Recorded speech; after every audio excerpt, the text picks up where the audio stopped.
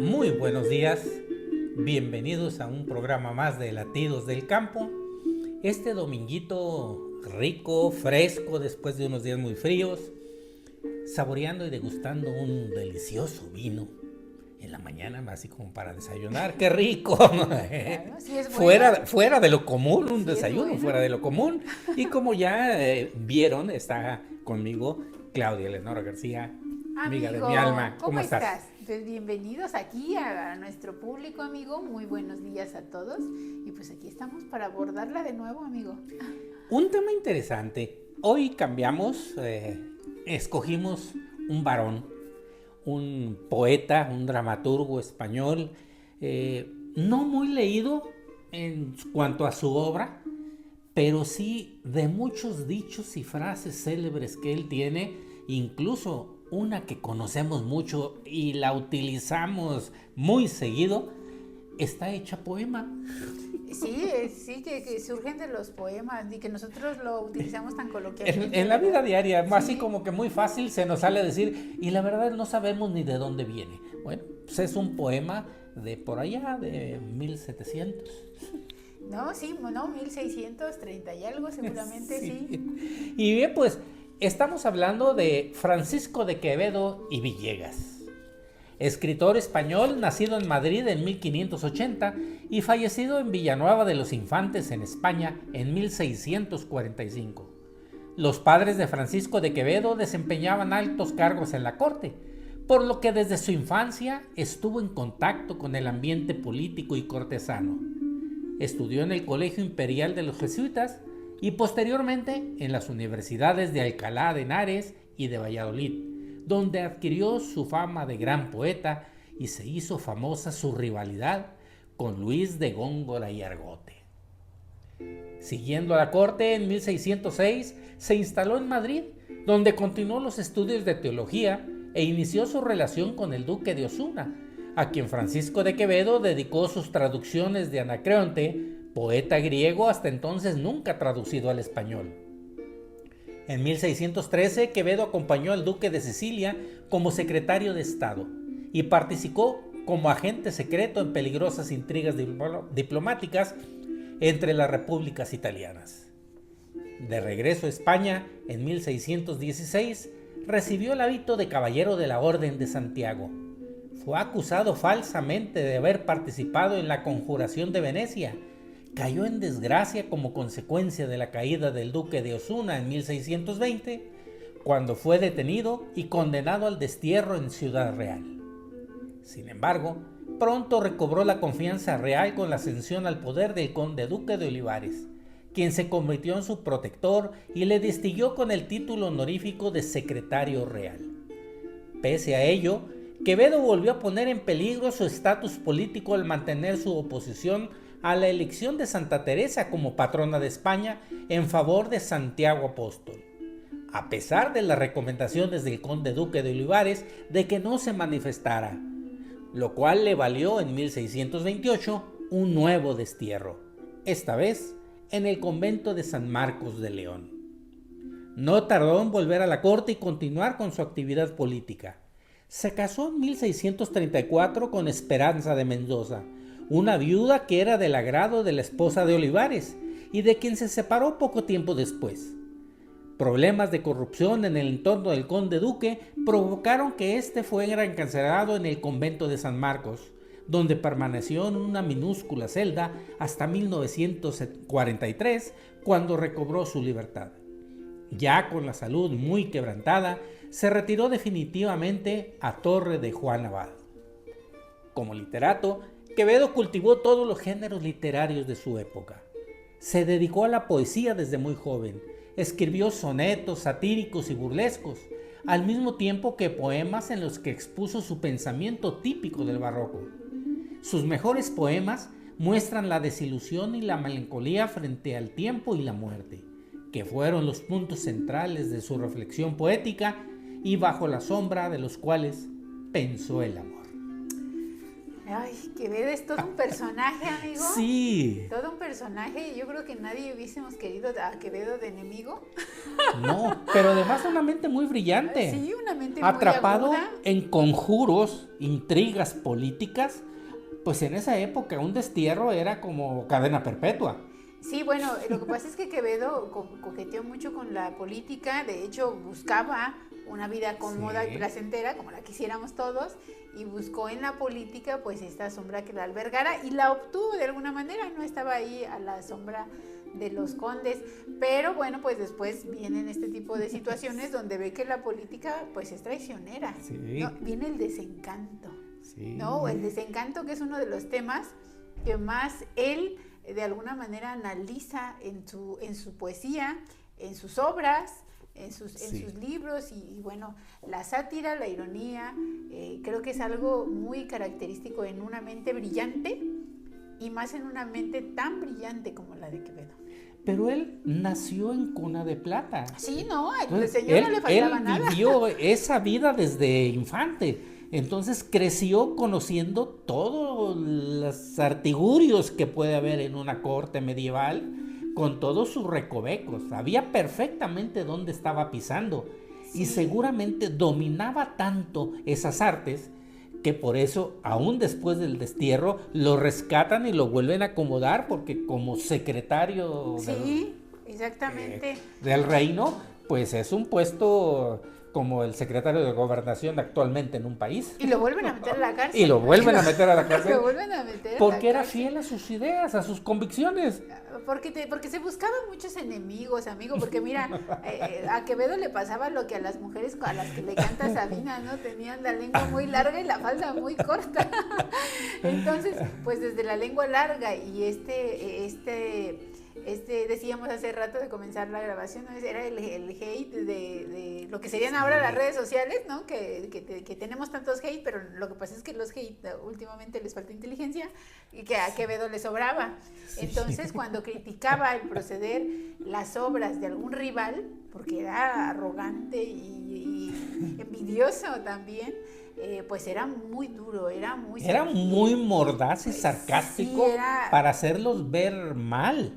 Sí, era muy incisivo, ¿no? Entonces, pues de alguna manera. Pero ¿qué es lo maravilloso de la obra de Quevedo? Bueno, de la obra de Quevedo y de toda esta que hemos venido hablando del siglo de oro, del barroco específicamente y en general del siglo de oro, pues yo creo que es precisamente ese enfrentamiento que nos da la realidad. Nos lo da precisamente cuando Quevedo está escribiendo. A la par, de alguna manera, también Cervantes está siendo liberado. También había estado preso por una injusticia. ¿Ves cómo son estas grandes mentes que han sabido transformar esas desavenencias de la vida en productos artísticos de primer nivel? Y en esa época Garcilaso de la Vega era militar y andaba en batalla también. Exactamente, entonces fíjate cómo estos caminos, ¿no? Que van tomando estas mentes brillantes, pero definitivamente creo que lo más valioso del siglo de oro español, le digo en el sentido del contexto de que son estos nacidos en España, pero en sí del siglo de oro, tanto español como novohispano, es esa agudeza en el pensamiento, esa riqueza, esa ingeniería, como la llama el Quijote, ¿no? Cuando dice producto de la ingeniería, producto del ingenio y de la creatividad humana.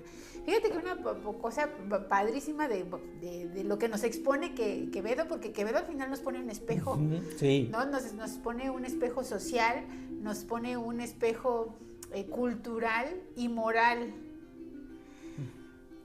A mí me gusta mucho cuando leo a un autor enterarme qué leí yo para poder comprender porque piensa como piensa, ¿no? O sea, cuáles son las influencias que ha tenido. Y vamos a recordar que Quevedo, pues, lee a Séneca.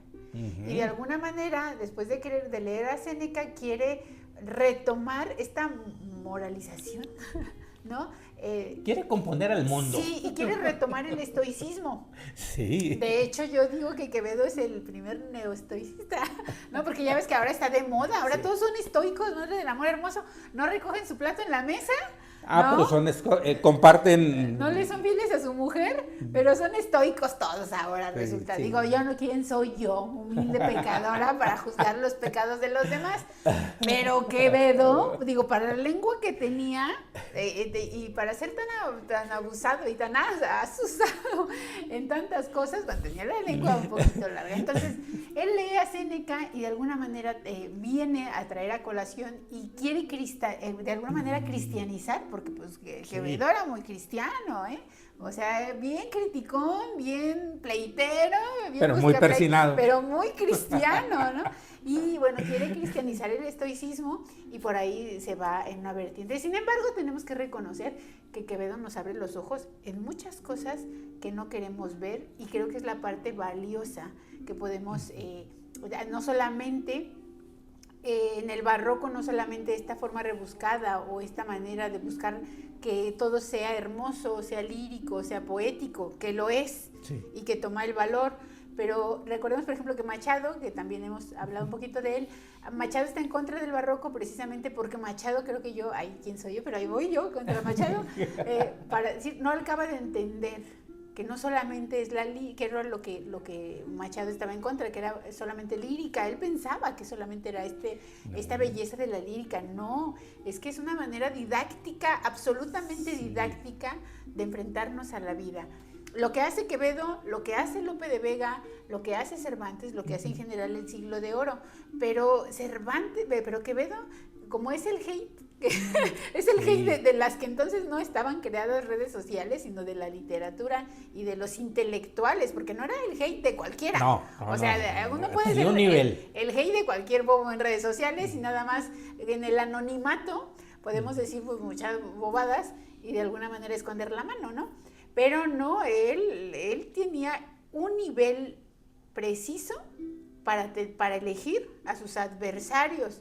Y recuerden que es muy importante saber escoger nuestros enemigos, porque terminamos pareciéndonos a ellos, ¿no? Sí, pero fíjate, una cualidad que tenía Quevedo. Para poder criticar, tienes que ser muy observador.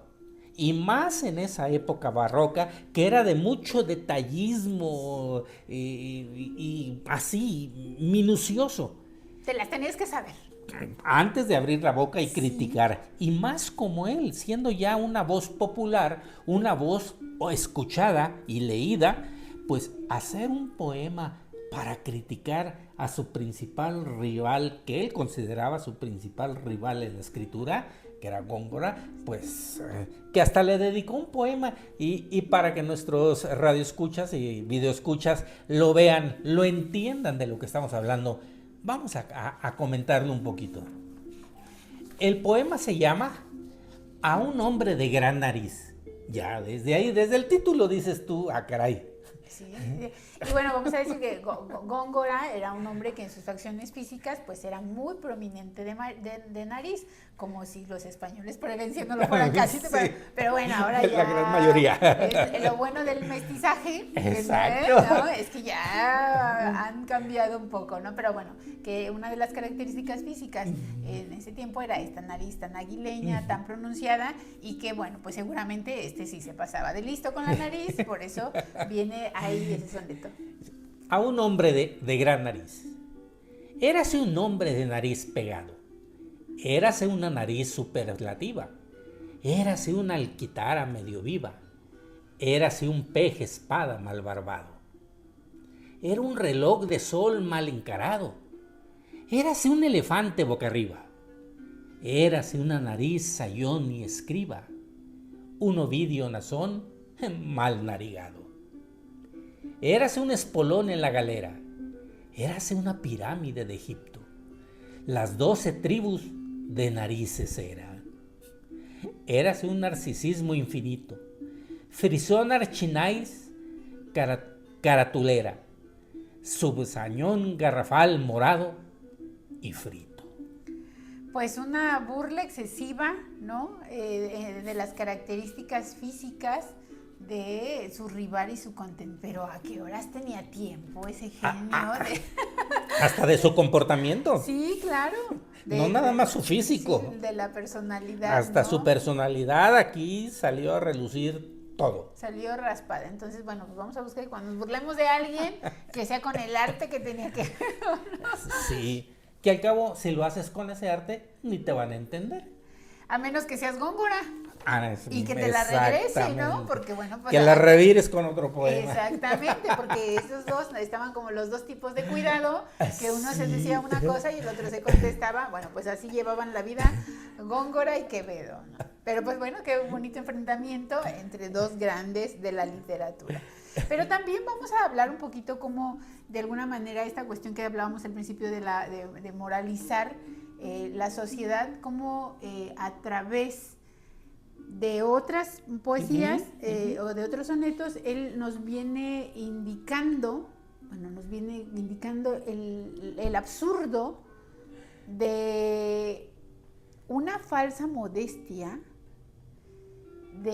fíjate, es que a mí me llama mucho la atención, porque yo siento como que Quevedo está aquí, pero es tan cara dura que después está acá. Sí. Y va brincando en contrarios. Es bien chapulinero Quevedo. Sí, es bien chapulinero, sí, porque primero quiere cristianizar el estoicismo y después habla sobre que lo importante es cierto interés. Sí, después critica que el interés está en todos lados, a todos niveles de la sociedad. No, y en otros sonetos habla tanto de la vida eterna y con Dios y todo, y después tiene, yo creo, unos sonetos que son lo más alejados de lo posible. Entonces, ¿por qué no nos compartes El poderoso caballero es don dinero? Una frase que seguramente, como comentamos al principio, muchos la hemos dicho en alguna situación: poderoso caballero es don dinero. Bueno, de aquí nació precisamente esa frase, es el título de este poema. Madre, yo al oro me humillo, él es mi amante y mi amado, pues de puro enamorado de continuo dan amarillo.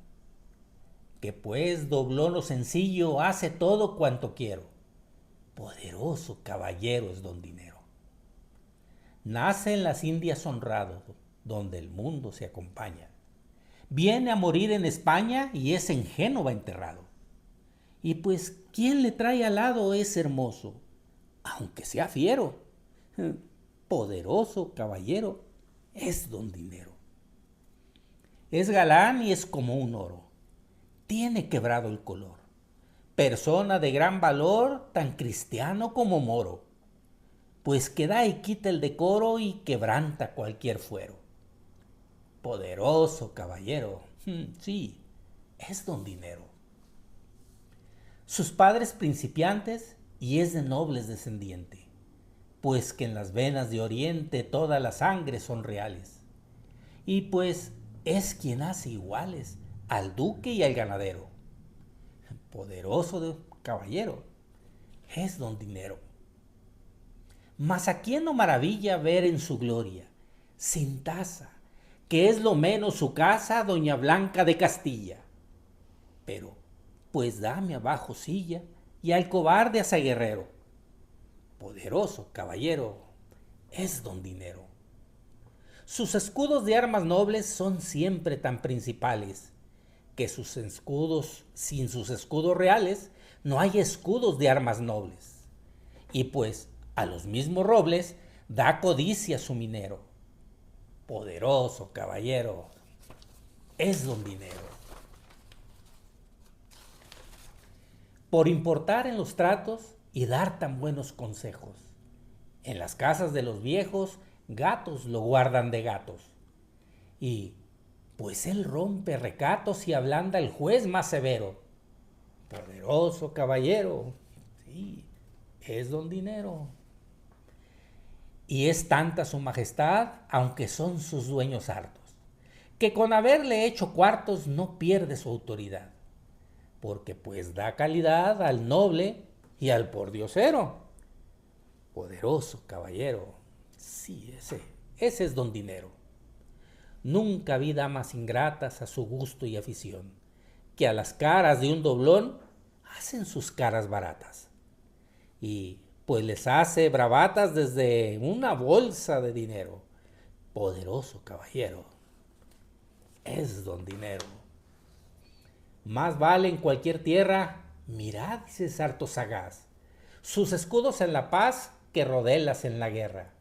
Y pues al pobre le entierra y hace propio al forastero.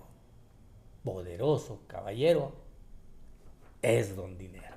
A mí me encanta cómo de alguna manera él se dirige, o sea, va dirigiendo un mensaje a esta sociedad que está obsesionada con la riqueza, con las apariencias, con el linaje y con el honor, ¿no? Y termina cayendo por dinero. Exactamente. Exactamente. Entonces, decir, bueno, pues es que es este mundo de contradicciones, este absurdo, este ir y venir, este sufrir, este calvario que vamos sufriendo, pues es realmente por cosas que nosotros mismos como sociedad nos hemos impuesto, ¿no? Y fíjate, ¿desde qué época él ya critica lo material?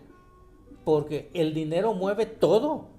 Mueve todas las apariencias, todos los acuerdos de los nobles, los plebeyos, todo. Y como cuando lo escuchamos pues nos da risa porque tiene un nivel de ingenio pues, magistral, pero pues es una risa que nos jode también, porque pues sí, cierto. Y no es una risa de culpabilidad. Es una risa incómoda, es esa risa incómoda de decir pues sí, pues los que están arriba, y los que estamos abajo, y poderoso caballero es don dinero, o sea, es la cruda verdad, o sea, es la cruda verdad.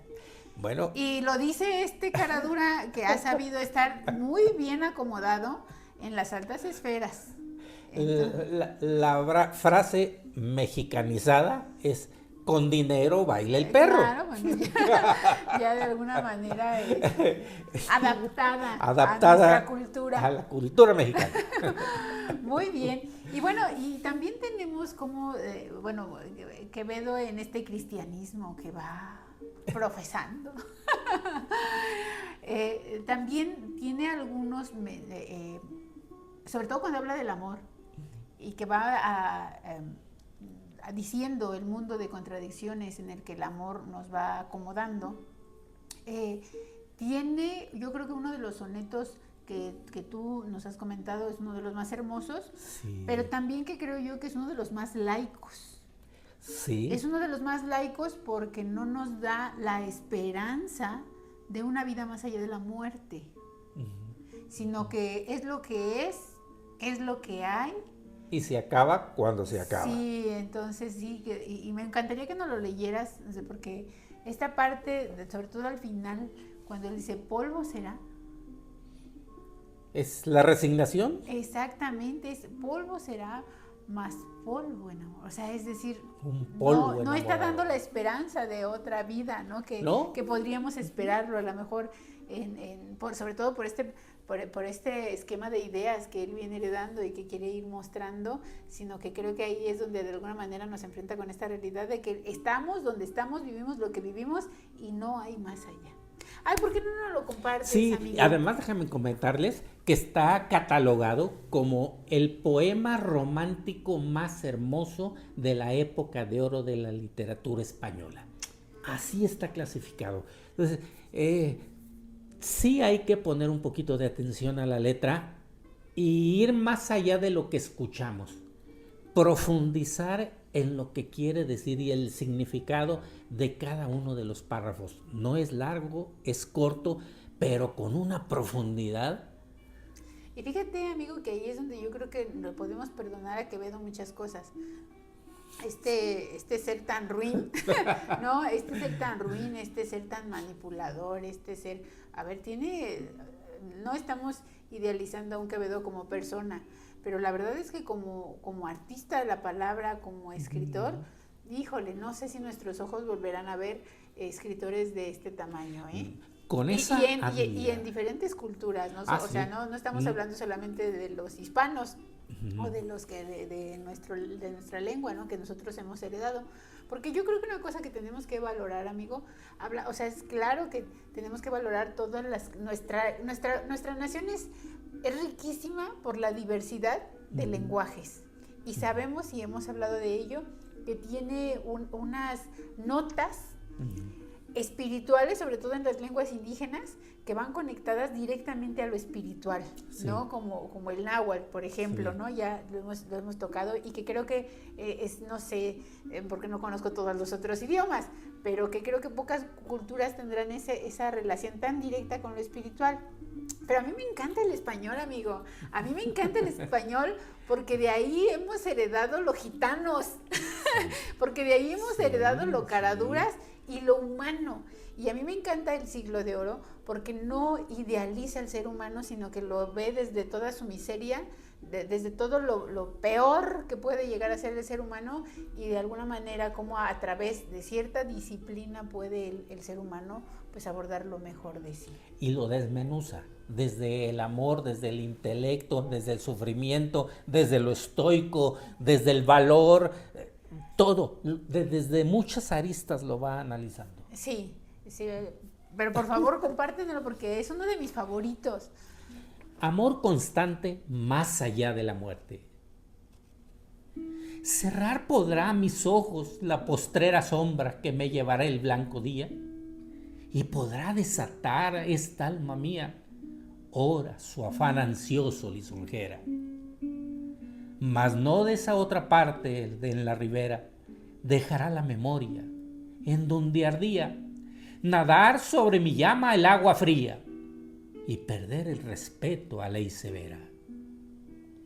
Alma quien todo diga prisión ha sido, venas que humor a tanto fuego han dado, medusas que han gloriosamente ardido, su cuerpo dejará, no su cuidado, serán ceniza, mas tendrán sentido, polvo serán, mas polvo enamorado. Ahí te voy a corregir un poquito, médulas. Médula, sí. Que viene desde lo más íntimo. De lo más íntimo, sí, de la médula espinal. De lo estructural, desde lo estructural, desde lo que nos constituye, ¿no? Desde nos forma, de ahí nace. Pues todo eso que sentimos, todo ese fulgor, toda esa pasión, polvo será. Pero un polvo enamorado. Y le da a fin de cuentas. Le da ya ese toque. Pero a mí me encanta cómo termina en ese nihilismo de decir, pues mira, polvo será. O sea, pero polvo enamorado. Y aquí fíjate que hago esta comparación, bueno, porque como es de lo que estoy empapada ahora, fíjate, hago esta comparación, fíjate, nada nos salva de la muerte, nada nos salva la decadencia, nada nos salva del nihilismo, salvo el amor. Polvo será, más polvo enamorado. Queda algo ahí. Y recuperamos, por ejemplo, en la parte final del Quijote, cuando el Quijote retoma la cordura, cuando ha muerto el personaje, cuando está todo por acabar, cuando él mismo reconoce sus hierros. Hay una cosa que no reconoce, y es el romance con Dulcinea. Ese no lo niega, hasta en el último momento, él sigue sosteniendo que Dulcinea es verdad. Y sabemos que no, pero él no lo niega. Entonces, porque es un idealismo, es un sueño Dulcinea, pero aún consciente, ya Quijano, de que es un sueño, no la quiere alejar. No renuncia. Claro. No renuncia al ideal del amor. Porque a fin de cuentas eso fue lo que perdón que te interrumpa, lo hizo vivir aunque fuera en ese sueño, algo tan fabuloso como es el estar enamorado y el guerrear, pelear, buscar un ideal, vencer obstáculos con tal de llegar a ver a su amada. Y ahora lo vemos en Quevedo. Polvo será, más polvo enamorado. Y vuelve a sacar su raíz religiosa, que los sacerdotes te dicen, en polvo eres y en polvo te convertirás. Al final es a donde vamos, no tenemos otra opción. Es decir, todos moriremos y cuando lo hagamos no haremos nada extraordinario, porque es lo que haremos todos, antes o después, pero cuando seamos polvo y nada, ¿no? Cuando seamos ese polvo y esa nada, no es lo mismo que si no hubiésemos amado. Entonces, fíjate cómo es hermoso ver cómo, de alguna manera, el amor es parte constitutiva del ser humano. Pero no es lo mismo que ames a que no ames. No. Y todos esos ideales y todas esas veces que te has enamorado y todas esas veces que has fallado y esas veces que te has equivocado, tienen un valor que ahora te constituye. Y no es cierto que no hayan sido verdad, por muy ilusorio que fuera. Es que eso es lo padrísimo, sí. ¿Sabes? Pero además, fíjate algo interesante. Él tenía un concepto del amor, del enamoramiento, muy espiritual por su vida y acercamiento religioso, porque además en la Edad Media la religión estaba muy, muy metida en con los nobles y las cortes. Él, en toda su bibliografía, sus biografías, no se habla de sus amores, porque nada más se casó una vez y muy poco tiempo. Pero ha de haber sido. Bueno, de que le daba vuelo a la hilacha, seguramente. Pero te lo dice con este poema. Para él el amor es una espiritualidad, un don más allá de lo que tú y yo, nuestras generaciones, tenemos idealizado el amor y no el enamoramiento, que es diferente. Nosotros vemos a alguien atractivo y, como dice el dicho, de la vista nace el amor. Me gusta, ya me enamoré, pero no estás enamorado. Tienes un gusto, tienes una atracción física, pero si ni siquiera la conoces, ¿cómo puedes estar enamorado? Solamente de una imagen física, de un cuerpo físico. Bueno, pero vamos a ver, el Quijote no había tenido ni siquiera había visto a Dulcinea. Pero era el concepto del amor lo que lo tuvo, claro, y lo sostuvo. Y lo mantuvo y lo empujó. Claro, era el concepto del amor. Entonces sí, yo creo que aquí más bien es hacia allá, hacia ese concepto, ¿no? Sí. Independientemente, por eso creo que independientemente que sea un ideal, ¿no? Independientemente que lo hayas tomado como una equivocación, al final creo que es de lo único en la vida no podemos renegar. No. De esos enamoramientos, de esa fuerza que nos ha impulsado para siempre salir adelante. Entonces, o sea, sí te entiendo que una cosa sea el amor, ¿no? El amor, ya sabes, que todo lo vence, que todo lo puede, que charará. Y otra cosa sea este impulso de volverte loco, de ser un mar de pasiones, como en el soneto 126 de Lope de Vega, ¿no? Estar furioso, áspero, tierno, liberal, esquivo, ¿no? Alentado, todas mortal, las emociones. Difunto, vivo, leal, traidor, valiente y animoso, no hallar fuera del bien centro y reposo, mostrarse alegre, triste, humilde, altivo. Imagínate todo ese catálogo, te avientas el catálogo de las emociones, pero no podemos decir que no sean verdad. No, pues sí, todas te han subido, todas han sido verdad.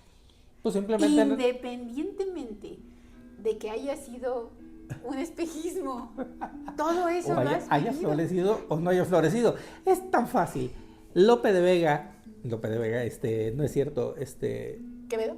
No, el que acabas de decir, se me fue el nombre. El de que recité es Lope de Vega. Lope de Vega, sí.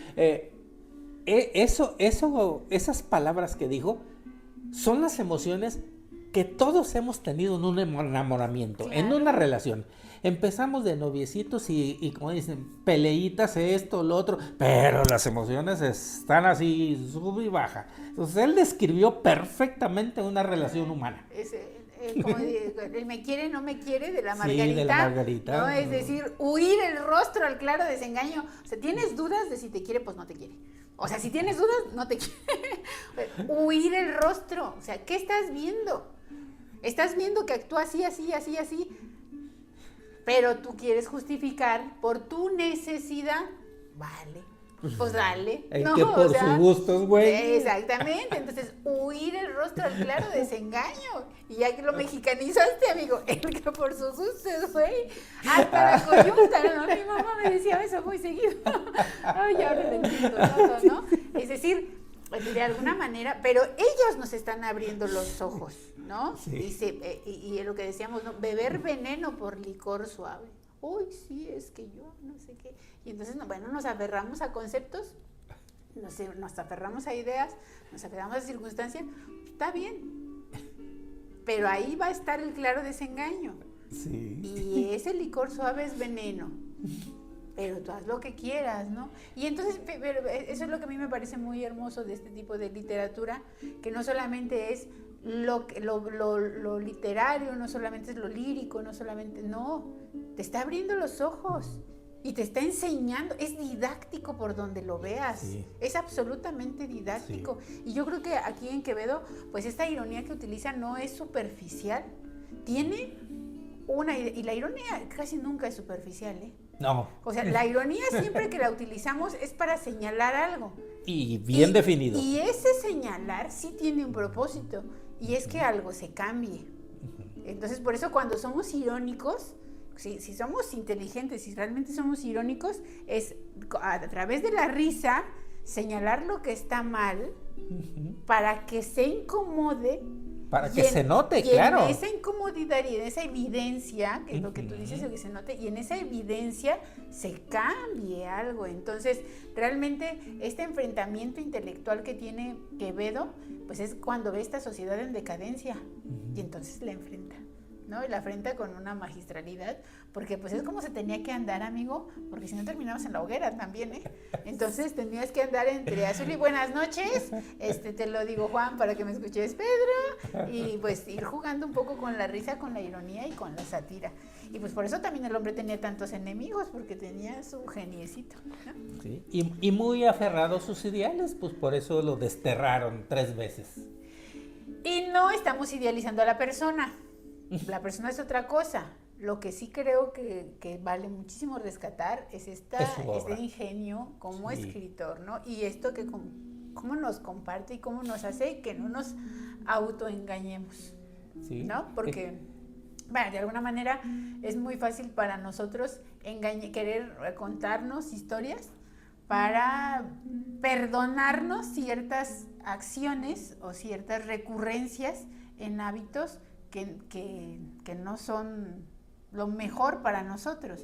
Y entonces nos vamos así, pero ahí lo único que estamos haciendo es engañarnos, porque no nos queremos enfrentar a la realidad que nos enfrenta el Siglo de Oro, ¿no? Sí. A la realidad que nos enfrenta Quevedo, a la que nos enfrenta el mismo Cervantes. Les decía yo a mis alumnos, ¿no? Y se los digo con todo respeto, les digo, lo primero que Cervantes quita es a los flojos.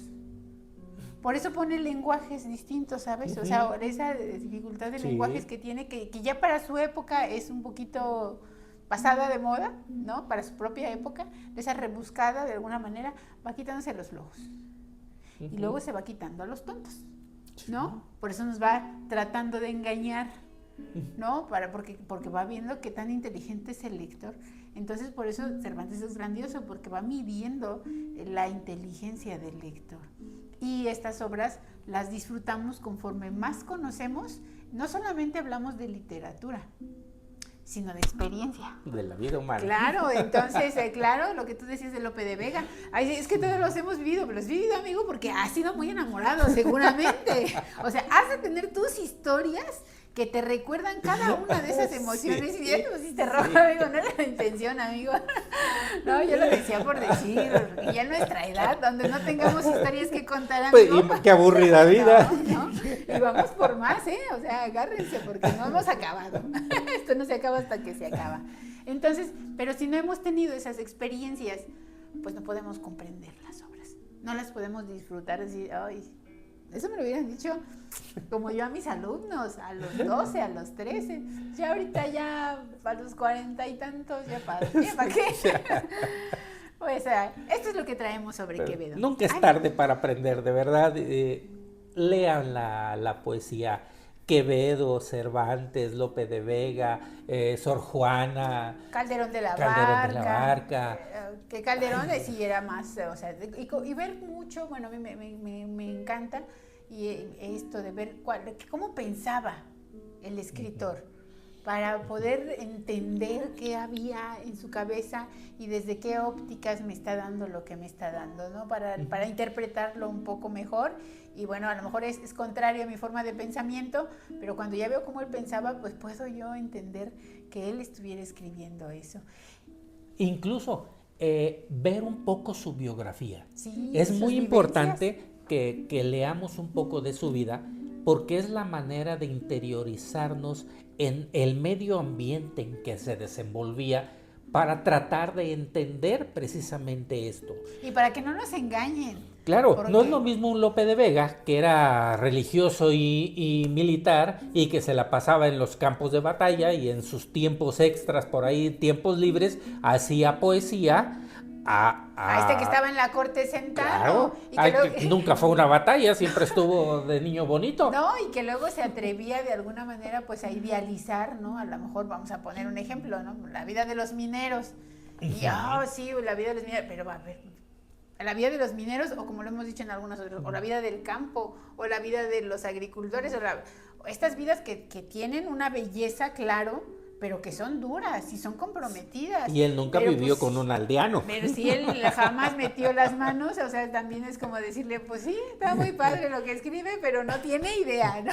Tenía muy buena observación y pudo captar precisamente todos esos momentos de la sociedad y los diferentes niveles sociales que existían en España en esa época. Pero es bien interesante, así como es interesante conocer la vida de Sor Juana, qué pasó, por qué fue a terminar a un convento y qué fue lo que la hizo escribir y los problemas que tuvo por lo que escribía. Sí, por una mujer revolucionaria en pensamiento para su época y más siendo religiosa. Claro. Entonces, hay que entenderlo para poder entonces, sí, ya entendimos en qué época vivió, cómo vivió, ahora sí vamos a leer su poesía para entender por qué ese enamoramiento escribiendo desde un cuarto de un claustro de un convento. Sí, y por qué eligió esa vida, ¿no? Como lo que dijimos alguna vez, o sea, tenía su ventaja también, porque era eso o era el matrimonio, pero acuérdate que el matrimonio le quita tiempo a las mujeres, hasta actualmente.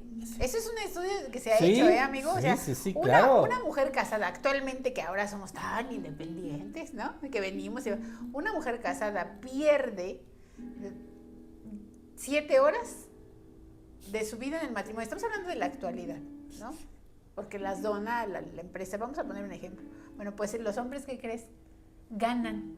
Claro. O sea, el tiempo libre que la mujer pierde, lo gana el hombre. Que lo gana el hombre. Y estamos hablando de ahora, que de alguna manera hay que reconocer que los hombres que ha habido un poco más de equidad. Que están, claro, en el cuidado de los hijos. Yo estoy orgullosísima de mis amigos, porque por ejemplo yo conozco la vida de mis amigos, su vida familiar, y me hace creer en el amor.